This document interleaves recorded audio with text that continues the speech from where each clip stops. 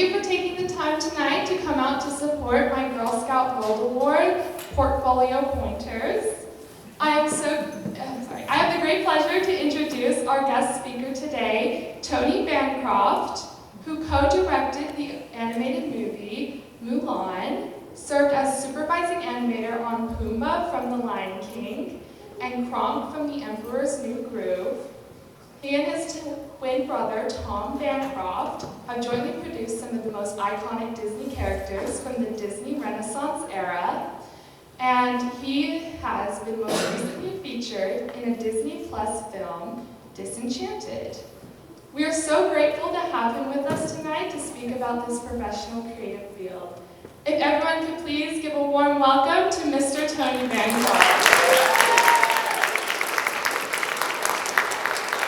Thank you, Stephanie.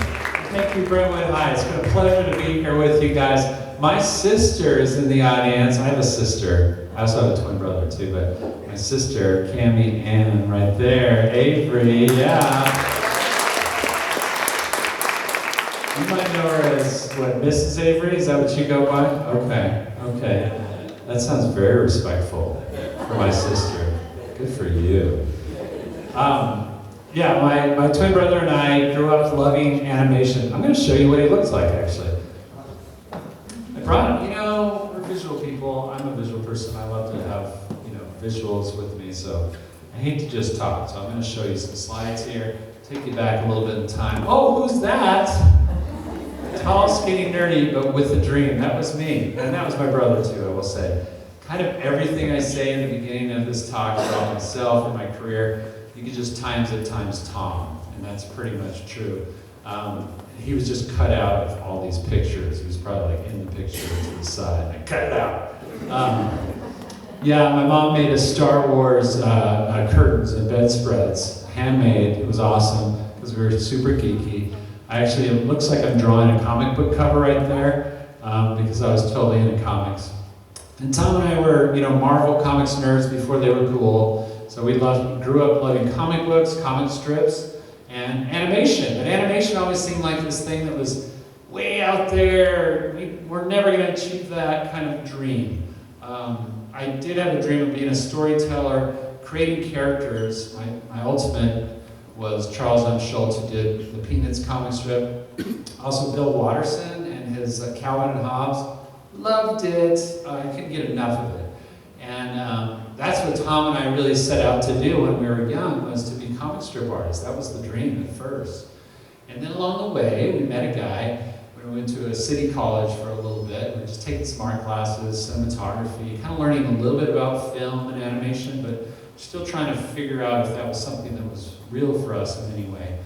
And we met this guy that was doing this clay animated cartoons, these little short films, music videos really, because he was into music too. And so he would take music that he loved and he would do a little music video, all with these clay characters, moving them one frame at a time under the camera to bring them to life.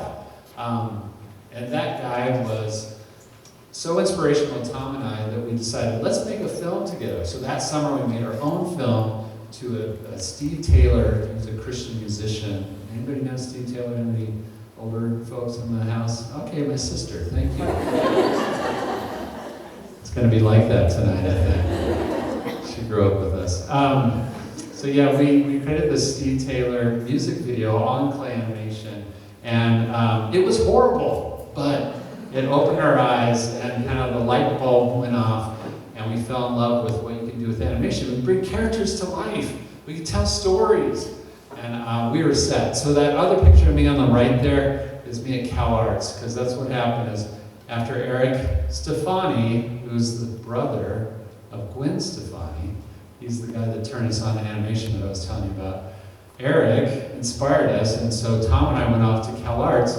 California Institute of the Arts is in Valencia, California. It's one of the biggest colleges, and at the time, like the only college for animation. But our teachers worked at Disney during the day and would come up the mountain to Valencia and teach us at nighttime. It was awesome. We were the best teachers, best school that we could think of at the time. So there's some more pictures from Cal Arts. I'd say cartoons and Cinnabon. It was like the Las Vegas of colleges. What happened there stayed there, kind of thing. And we were Christians, young Christians, Tom and I. So we kind of didn't fit into the kind of crazy, fine arts kind of world that Cal Arts was. But we did fit in here, which was with all the other cartoonists, all the other animators. That was our special department. So if you've ever seen like a Pixar film or a Disney film and it says AA or A113, if you know that whole hidden thing, a lot of us, as we got into being directors in animation, would hide A113 into the films that we made. And Pixar is very well known for that. But this was A113. This was where we kind of band together, all of us cartoonists at Cal Arts, and learned animation. As a matter of fact, that's Pete Doctor right there on the left. He was in our class with the red hair. I don't know what he was looking at. Maybe a girl walked by, and that was very rare sighting at Cal Arts for sure. That's me with a beard there, and the bottom with Tom. Got into loving animation while I was at Cal Arts. It was kind of a rebirth of Tom and I. Artistically, we just started really thriving and loving what we were doing. That's me, an internship on the top there for Disney. So out of Cal Arts, Tom and I both got hired by Disney for an internship. At least, I know it was a paid internship at the time. It was pretty cool. But if we didn't get that internship, we would have been working at Carl's Karcher Enterprises probably the next semester because we ran out of money. That was the thing, is that we had really no father figure when we were growing up. My sister there was probably the closest thing to a dad that I ever had. Thanks, Sis. But my mom was running out of money. She only had a little bit of savings that she put aside for us to go to college. And Cal Arts was like the most expensive college in the universe or something. So we had to kind of do our best to get by as long as we could, and only made it to a year and a half in before we had to probably drop out. And that was right when God brought Disney to come to Cal Arts. It wasn't something that we knew was going to happen, but one day we saw a posting that Disney Feature Animation was going to come looking at students' portfolios for an internship at Walt Disney Pictures. We were thrilled. Tom and I were through the roof about this. So excited, we thought, this is our shot. But then we found out that they were only looking at juniors and seniors, and we were first semester sophomores at the time. So we found out who was in charge of recruiting at Disney that was going to be coming, and begged them to let us show our portfolio. And thankfully, thank God that they did, because Tom and I got hired right before we were going to actually have to leave Cal Arts and work for Carl's Jr. Because I say Carl's Jr. because I did work there at one point. That's me on the Lion King down there pitching. I was working on storyboards at that time, so that was kind of fun. What's this? Oh yeah, Pumbaa. So I kind of rose through the ranks pretty quickly. I don't know what it was, and some could say timing or right place at the right time. I never, we all kind of suffer from imposter syndrome, and that was definitely me at the time too. I never gave myself credit for really being that good, or certainly good enough to get the opportunities that God presented to me. So I really know and feel strongly that it was God that was behind the path of my life. And because of that, when I show this picture of me at 24, I was a supervising animator on The Lion King. Well, up until this point, it usually would take an animator to get to that level, like 10 years probably, to become a supervising animator. And here I was, I started at 21, so I guess I was just maybe 2.5, 3 years into my journey at Disney, and working on The Lion King. Now, we all know now that The Lion King is, wow, The Lion King, but at the time it was, The Lion King. Because there was other projects that were in development at Disney. There was Pocahontas, and Pocahontas was the A-list one. That was the one that everybody that was there at Disney, all the main animators that had been there for years, they all wanted to go to work on Pocahontas, and they did. Glenn Keane, if you know that name, he was one of Pocahontas, and some of the best animators went on to it. Well, it was also a time when Disney was splitting into two. They thought, wisely, if we could make this much money with one film, surely we could make double that money if we make two. So they started ramping up production. This was early 90s, right? So if you guys remember the 90s, that was a heyday at Disney. Well, at the time, that was just the beginning of that heyday. So we didn't know. We didn't know what was happening. But we did know that movies were starting to make money. Little Mermaid had come out. Little Mermaid was that was while I was an intern. And it had become a real big success. And so the Disney Studios was like, we're going to start cranking these out. So they promoted a bunch of people onto one movie, and then they had to turn to the other movie. The B movie was The Lion King. And so they promoted all these first-time people, like myself, to become leaders, supervisors, heads of departments, and even the two directors had never directed an animated feature before. So it was probably the most, I like to say about The Lion King, it was probably the most bluish, no, not bluish, greenish, green kind of staff of any Disney feature since Snow White, the very first Disney feature. I mean, we were all new at what we were doing and didn't know what to expect. But we were passionate. I mean, that kid there, that you're seeing up there, was super excited and worked so hard just to try and make Pumbaa special. And it worked out, I guess you could say. I'm going to skip a little bit here too, because this actually came out after Mulan, but then I went on back after Mulan. I went back in animation to supervise Kronk. And I know Kronk has become a big meme now because of Patrick Warburton and his spinach puffs, right?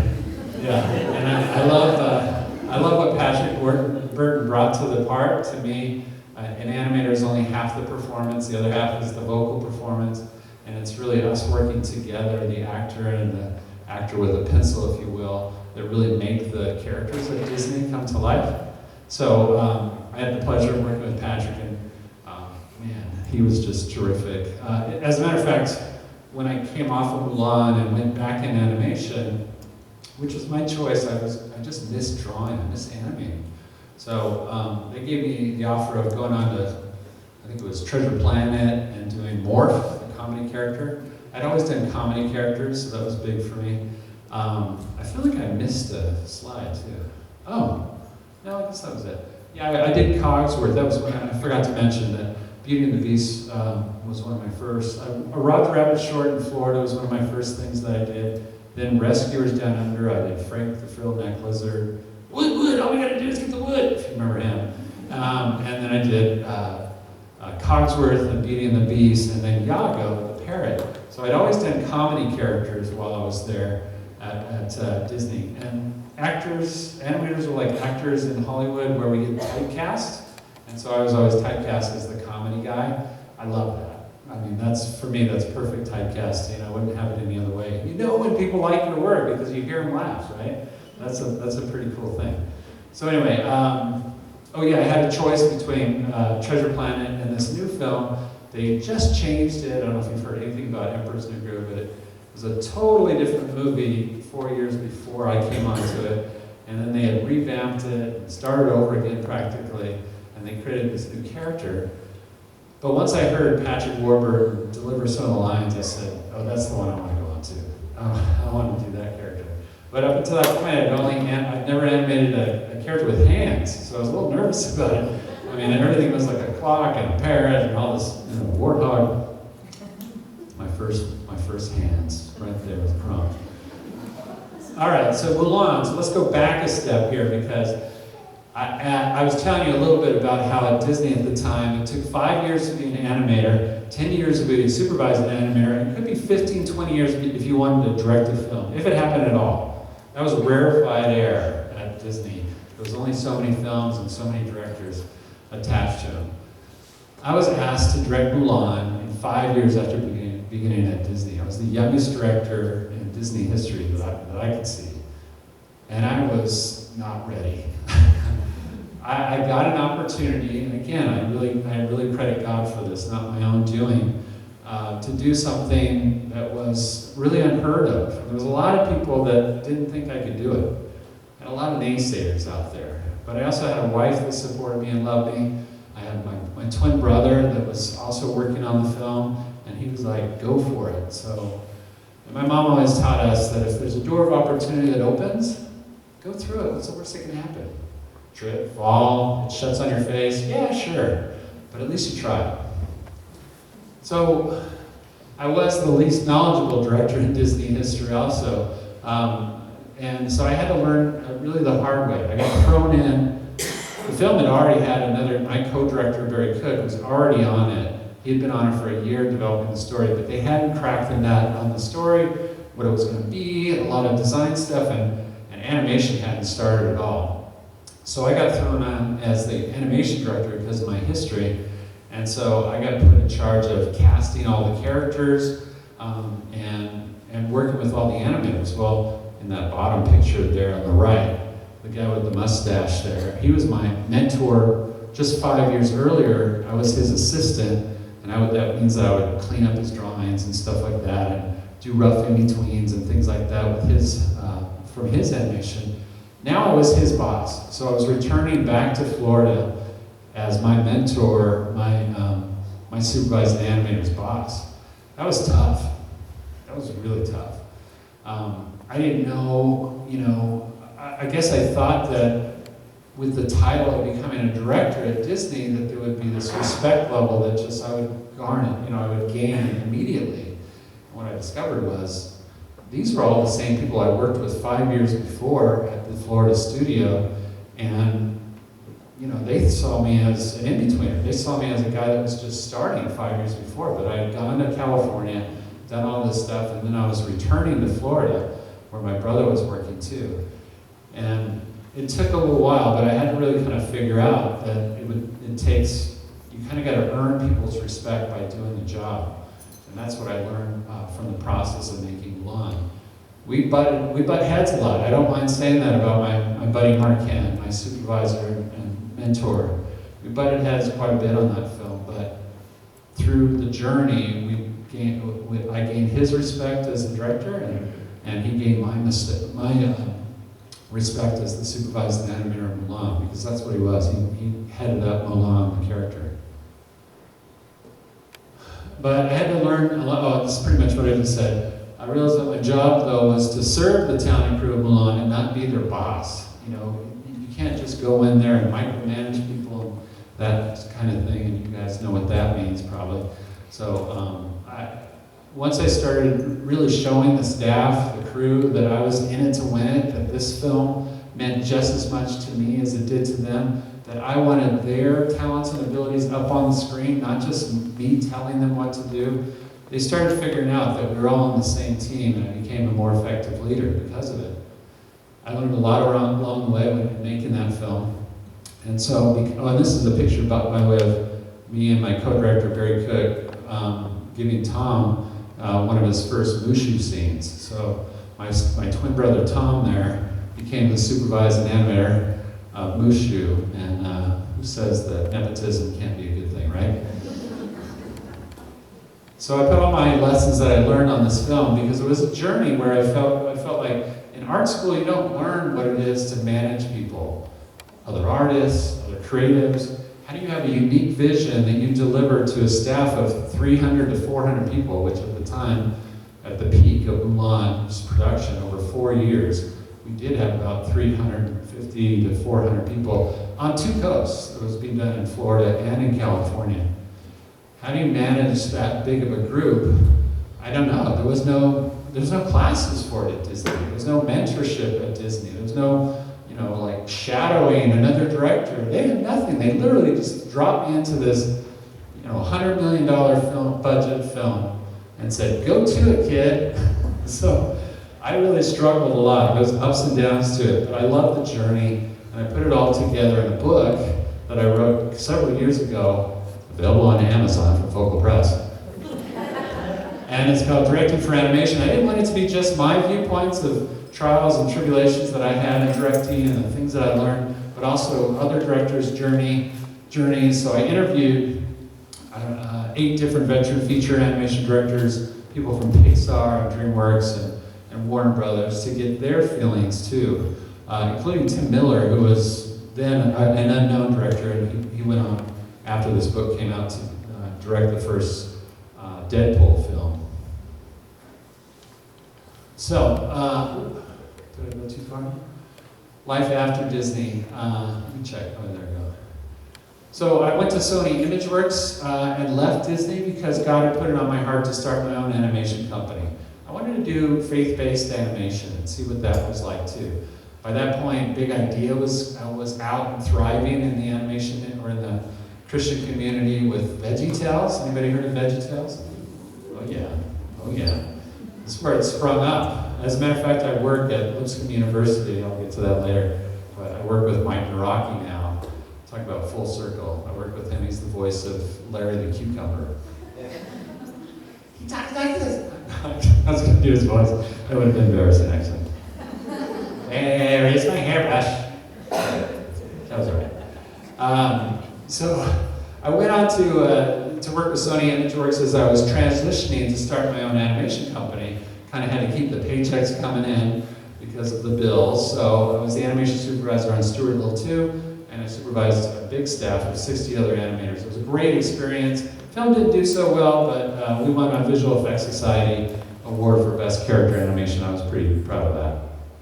And then I started my own company, Tenacious Family Entertainment, and we created a series called Lenny and Sid that was in the Christian community for a little while. And this started at probably the worst possible time to start an animation company. Literally 2 days after we finished our business plan and we were going to go seek funding and talk to investors, 9/11 happened. And it was like the country, the world was thrown into a devastating financial, difficult time. Nobody wanted to invest in a little Christian animation company, so it was a tough time. We hung in there for about 4 years doing all kinds of work, commercials and video kind of stuff, but we ultimately had to shut the doors. But after that, I resurrected my career yet again and became more of an independent producer and director. So since my days at Tenacious, I've gone on to be, I was executive producer on this small little film that was done. It was a partnership between a company in New Zealand called Hoo Studios, it's actually a Christian studio, and China Film Animation. Since Mulan, I've been to China quite a few times, so I've developed relationships there, and things have really been great with the friends that I've made. I went on to direct with a friend, Animal Crackers, which was released in 2020. Right after the pandemic started, we had an animated film that came out on Netflix. Talk about God's timing. Everybody was forced to watch it at home. We like to say that we made Netflix. It wasn't going to happen if it wasn't for Animal Crackers. We had an all-star cast on this. It was a little small film, but look at the cast that we had. I couldn't believe it. This is the kind of cast that you dream of at Disney or Pixar, but with our little small budget, we were able to afford it. John Krasinski and Emily Blunt, they had never actually worked together. We got them first before, what's that Quiet Place thing that they did.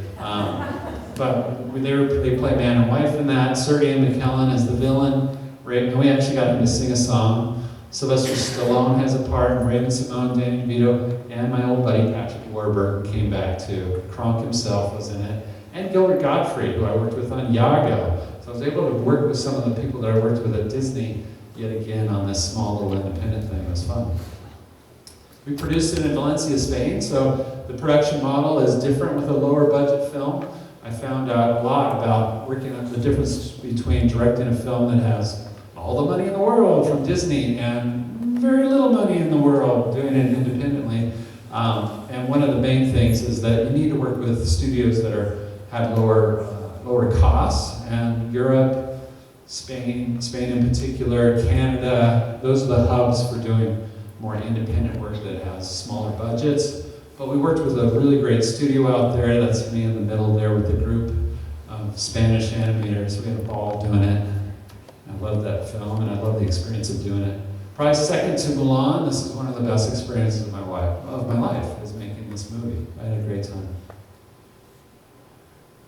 I've also become a voice director and all kinds of different leadership roles on different films. On this, another small independent film made in Korea. It was called Red Shoes and the Seven Dwarfs. It kind of got a small release here in the US, but not many people have seen it. But it's actually a pretty good little film. But I directed a cast of all the American language people our U.S. cast. Chloe Grace Moretz was Red Shoes, so she was one of our bigger stars. And I got Patrick Warburton back to join me, so that was the third time I've worked with Patrick, and there's been a couple others since then. And this was a lot of fun too.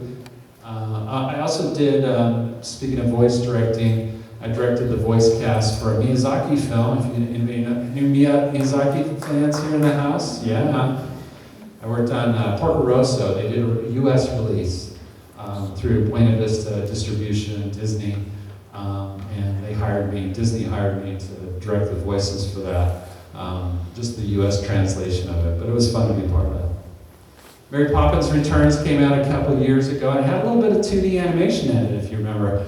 And that's how I started. I love drawing. I love 2D animation and bring characters to life. So whenever possible, that's my go-to job if I can find it. And when I heard that Disney was doing this, I had to be a part of it. So yeah, it was a great experience to actually hear people flipping paper again. Like I could go to work in the morning at the studio, and it was like hearing flipping paper again. It brought me back like 20 years. That's me. Lead animator on Space Jam. I also did 2D animation on Space Jam: A New Legacy. This is with Warner Brothers now. So at this point, if you're keeping your tally, Disney, Sony, now Warner Brothers, working on Space Jam. I didn't work on the first one, but it was fun to work on. I always wanted to get a hold of different characters and kind of play around with them and see what it was like to bring them to life. And it was a bucket list to work on the Looney Tunes characters for me, because I grew up with the Warner Brothers shorts. So this was a really fun project. And then yes, I worked on the new Disenchanted. Anybody see it? Anybody see it yet? All right, everybody else go home after this and we'll watch Disenchanted, get some popcorn, snuggle up. But I did Pip. If you see it, there's a chipmunk that's in the beginning of the film. This is not too much of a spoiler alert. He's in the beginning, he's at the end. I animated on that chipmunk character, Pip. I also, with my twin brother, who's also been in the animation industry as long as I have now, which is about 35 years, started a podcast. This was about 9 years ago, so we can easily say we have the longest running podcast on animation on iTunes or Spotify. It's the Bancroft Brothers Animation Podcast. Couldn't think of a better name. It just kind of fell together, I guess. So it says it all. But we've had a lot of fun with that. As a matter of fact, we just did a podcast this morning with Guillermo del Toro, talking about Guillermo del Toro's new film Pinocchio that's going to be on Netflix December 9th. I know that because we just did it. So that's an interesting film. I'm on social media, so if you like to follow artists on social media, I'm Pumbaa Guy, that's right, because of the obvious, on Instagram. And I'm program director and professor at Lipscomb University, which is right here in Nashville. So I just got here, as a matter of fact. I moved out here. I've been in California and LA, Hollywood area for most of my career, and I just transported over here to Nashville to be closer to my brother and my sister and our family out here and teach at Lipscomb. And that just happened at the beginning of this school year. Or this summer, I guess I moved out. And I'm loving it. It's been great so far. I really enjoy the program. It's growing. So we already have my brother started the program here at Lipscomb. So I was really just kind of stepping into what he was already doing, which is great. He's already built it up to be a wonderful animation program, and really the best in Nashville. That's what they told me to say, anyway. But thank you guys for hearing all that. I appreciate it.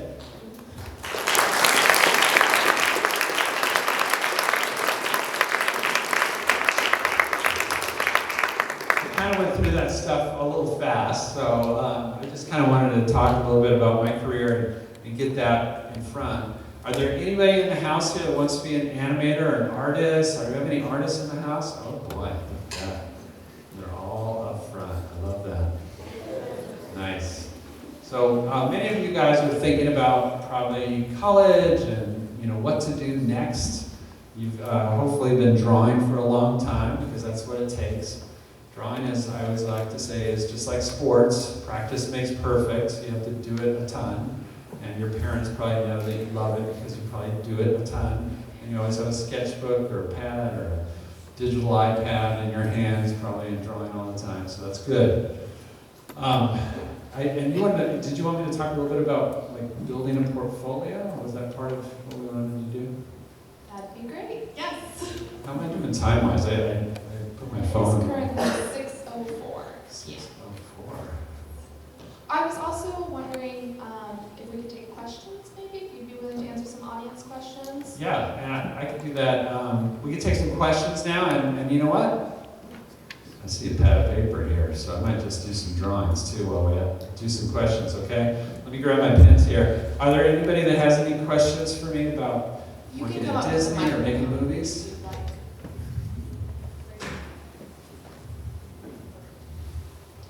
Oh, she's got a mic and everything. Love it. Tell me your name too, if you don't mind. Hello, my name is Trey. Hi, Trey. And I was an art major at Lipscomb. Oh, were you? And so I'm excited to hear that you're there.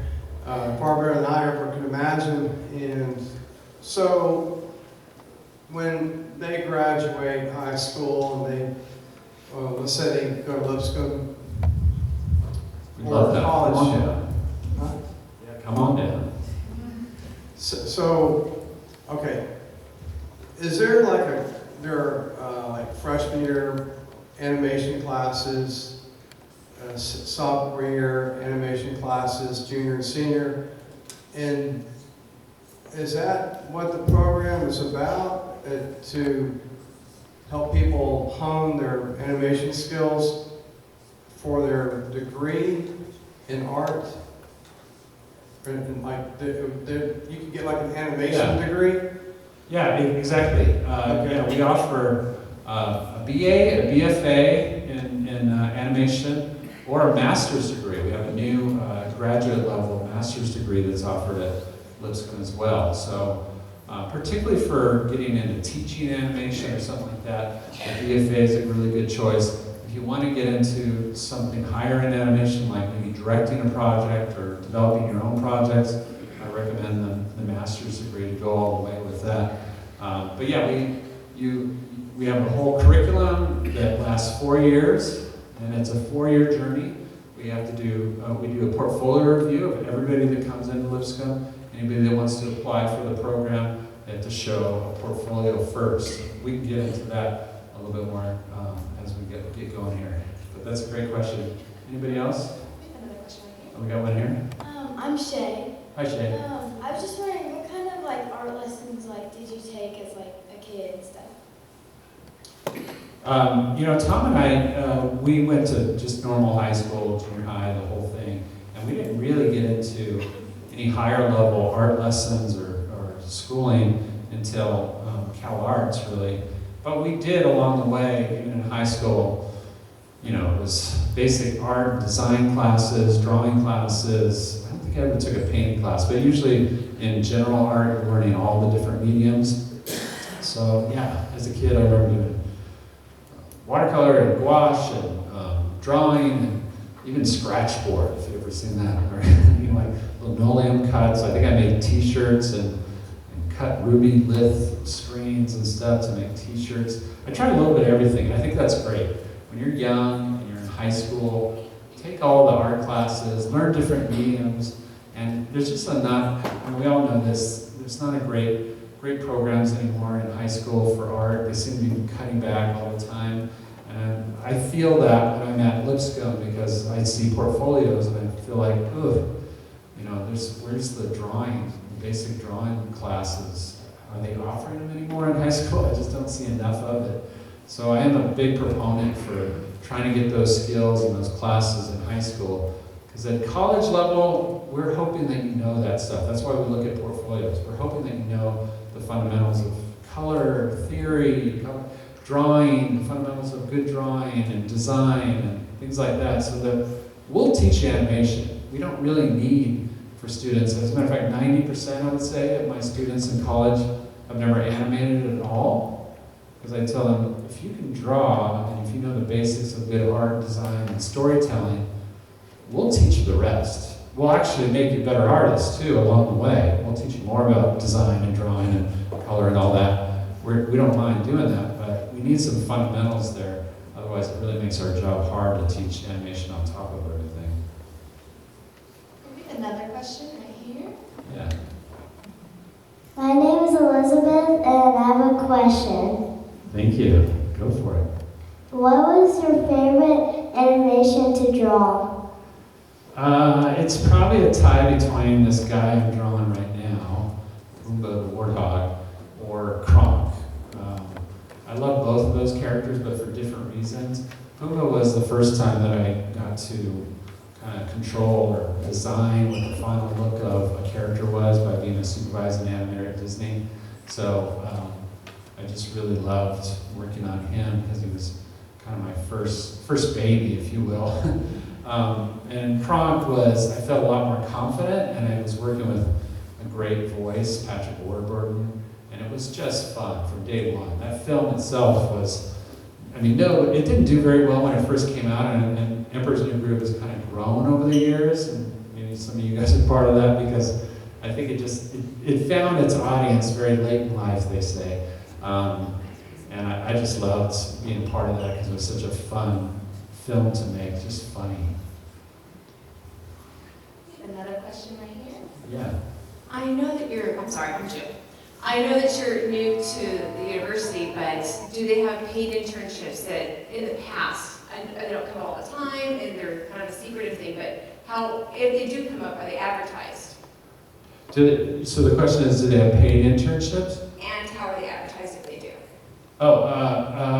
They don't at the college. There are courses where they actually want you to go out and find internships, and that's always encouraged. We encourage our students to, but they don't host.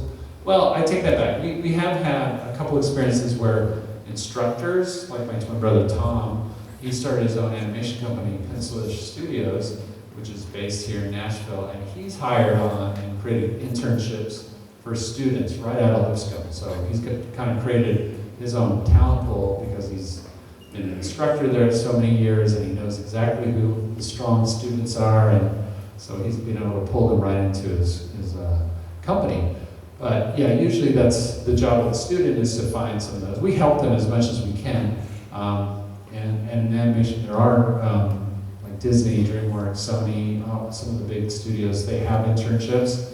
They can be very competitive and very hard to get into, for sure, but oftentimes they are paid internships, yeah.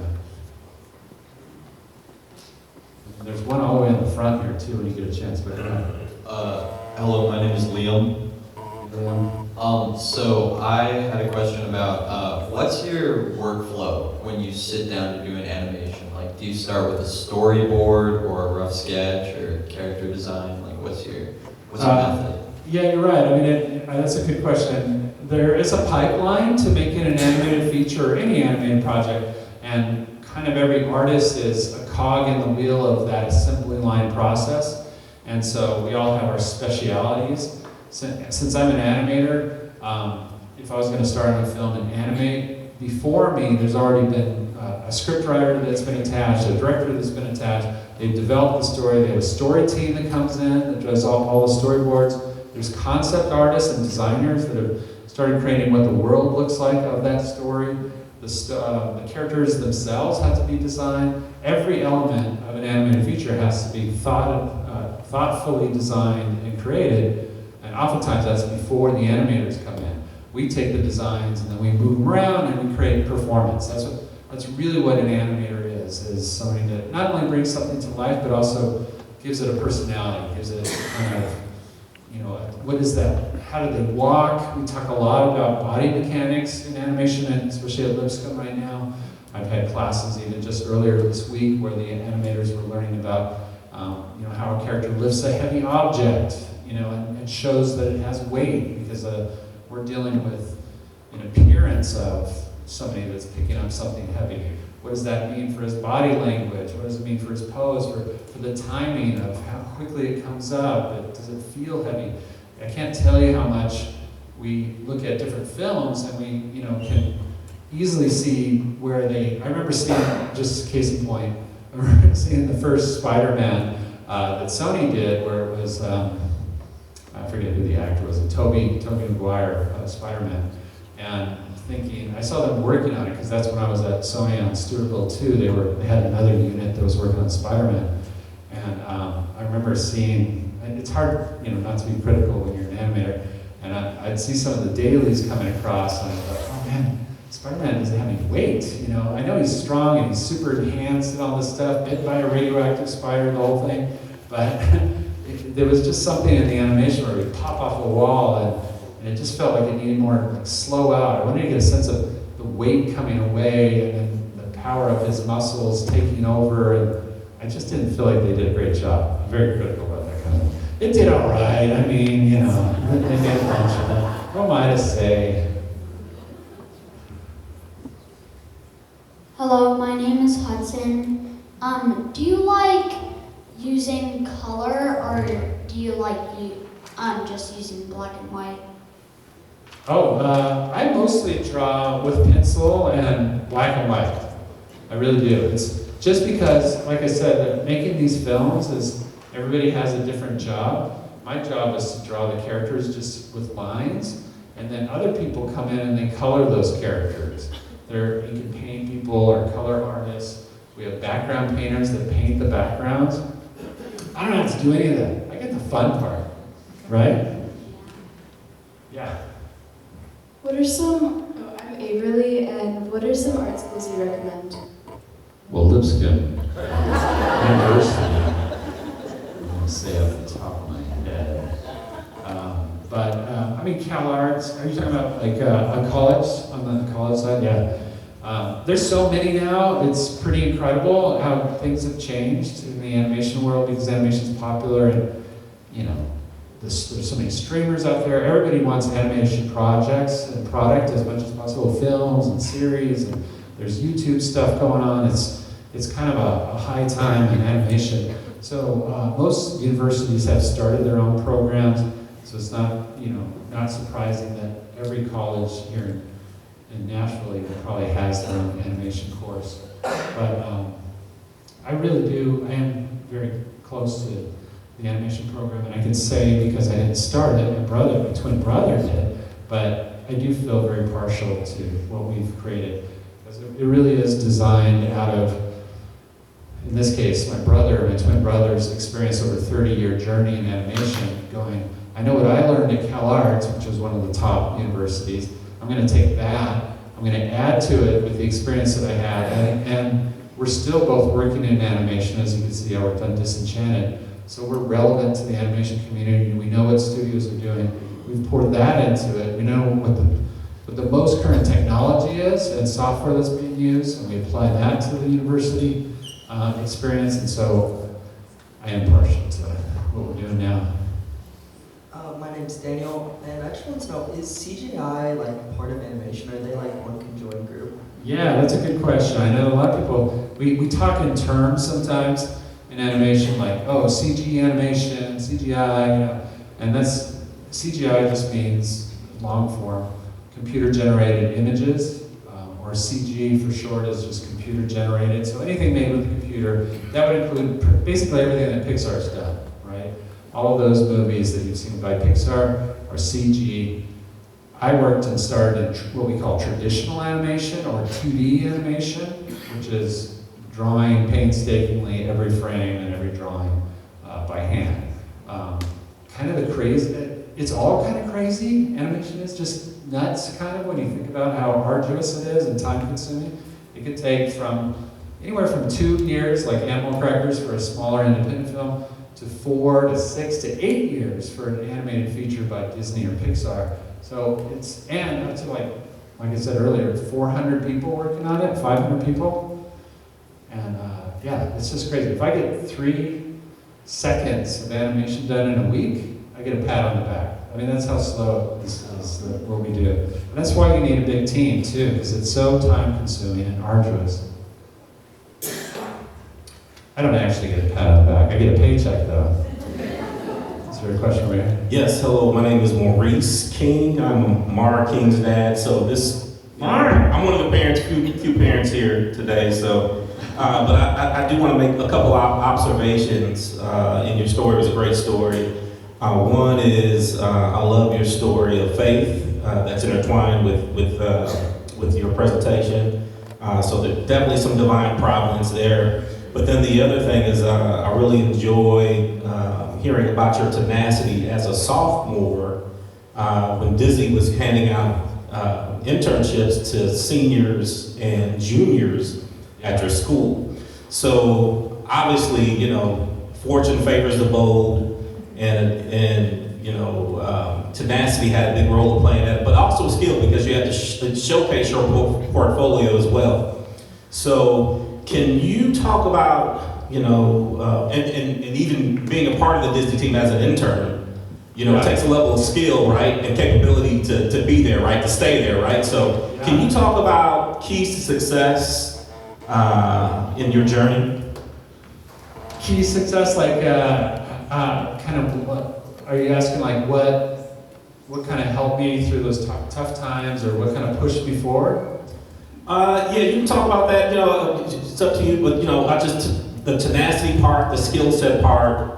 And you know, you moved up through the ranks pretty quickly, so there's some ambition there as well. So I think thank you for saying that, and thank you for the question. But I do think that ambition is something that I don't see enough of. This is me being the old man right now, but I don't see enough in the younger generation. But it was definitely a big part of who Tom and I were growing up. And I don't know where that came from. I just think we had a burning desire to follow our dream, and we really this is where I credit my mom so much. She was the kind of parent that was just so encouraging. You know, if she came home after a hard day's work, she worked all day, and we were like in an extended day, you know, daycare thing that we had to be put in, babysitters, stuff like that, because we were home alone quite a bit. But because of that, I think it just fostered within Tom and I a feeling of, you know, we have all this time where we're by ourselves, and instead of just watching TV, although we did watch a lot of TV, you know, we started drawing, and we started challenging ourselves. And there was because we're twin brothers, instead of sports, as you guys know, if you have a sibling, you can be very competitive with sports. We didn't have sports. There were sports that existed. We hated sports, and we loved to draw, so we were competitive with that. And as the Bible says, iron sharpens iron. And I really believe that's what strengthened Tom and I, and really pushed ourselves to keep going, is that there was two of us, and we were bouncing off each other constantly. And you know, we were hard on each other, we were critical of each other, and yet supportive of what we were doing. We had an uncanny, you know, this is the crazy twin power thing, is that we just had an uncanny feeling that we both wanted to do exactly the same thing. There was never a doubt. It was never like a moment where Tom or I said, you know, maybe math is a cool thing, or I don't know.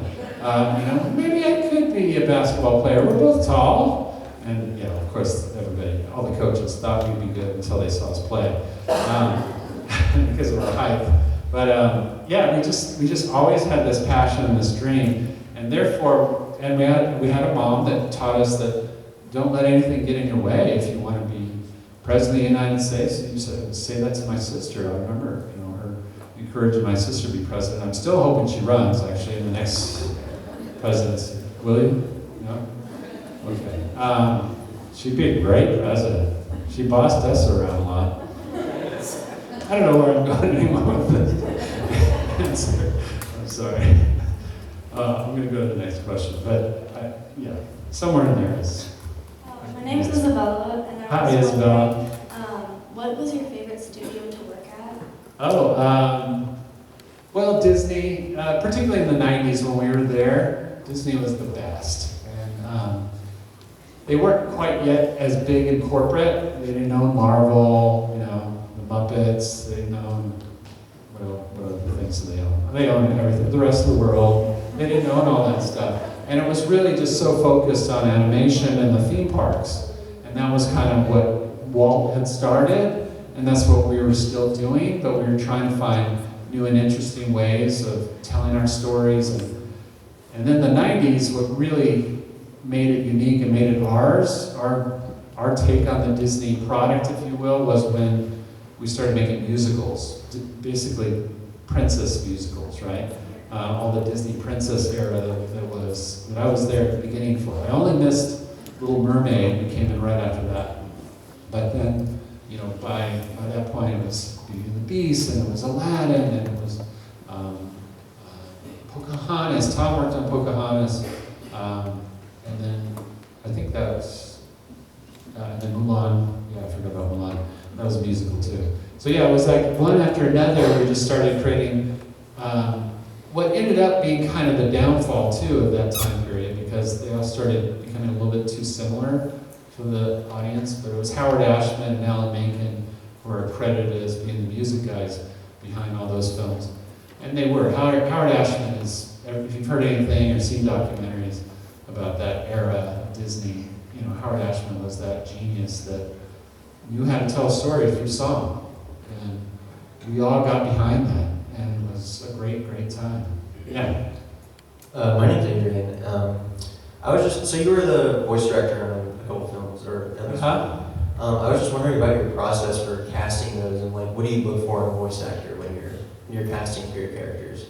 That's a good question too. I mean, it's, you know, you want a voice that's unique, and not everybody is a great voice actor, as DreamWorks has proven over the years, like Sinbad and some of the movies that they made, where they would get really big name actors, you know, like, hey, let's get Tom Cruise to be in this movie. Well, some people know how to translate that personality through their voice and can make it larger than life, and other people, like, you know, you used to always think Jim Carrey would be great as a voice because he's so doggone funny, but Jim Carrey's funny because of what he does with his face, the things that you see him do and his timing and things like that.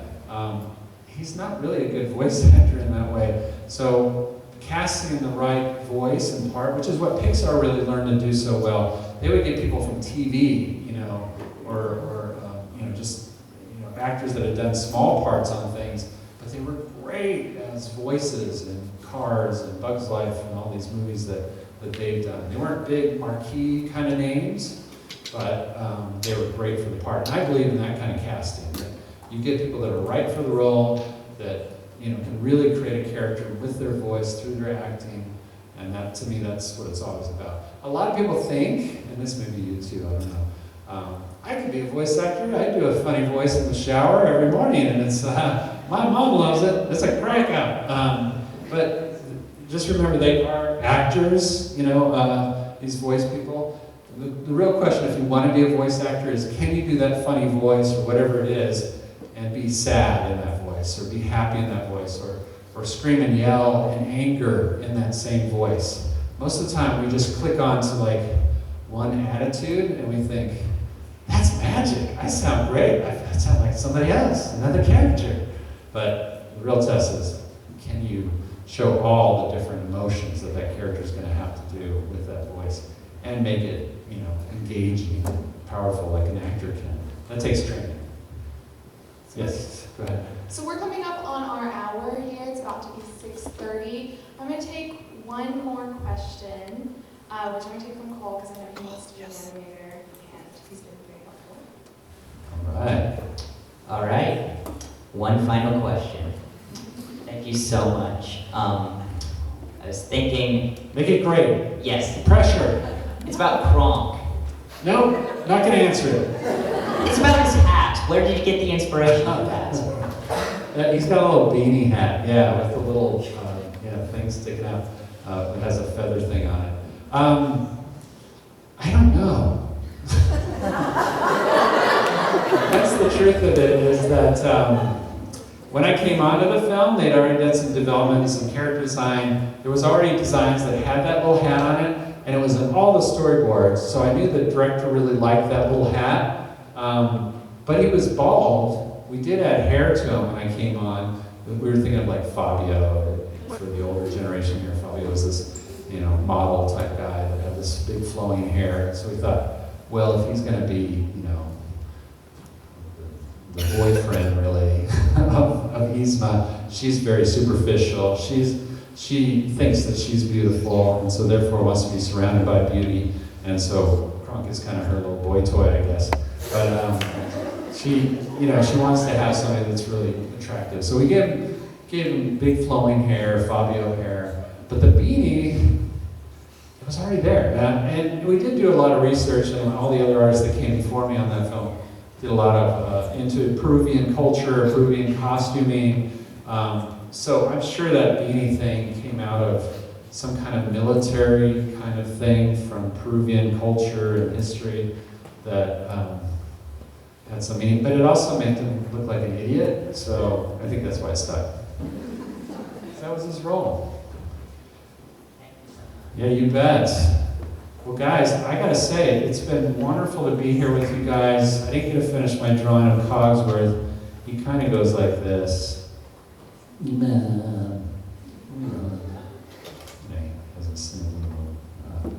It's getting worse as it goes. So we'll just end it here. I just want to thank you guys for being here today.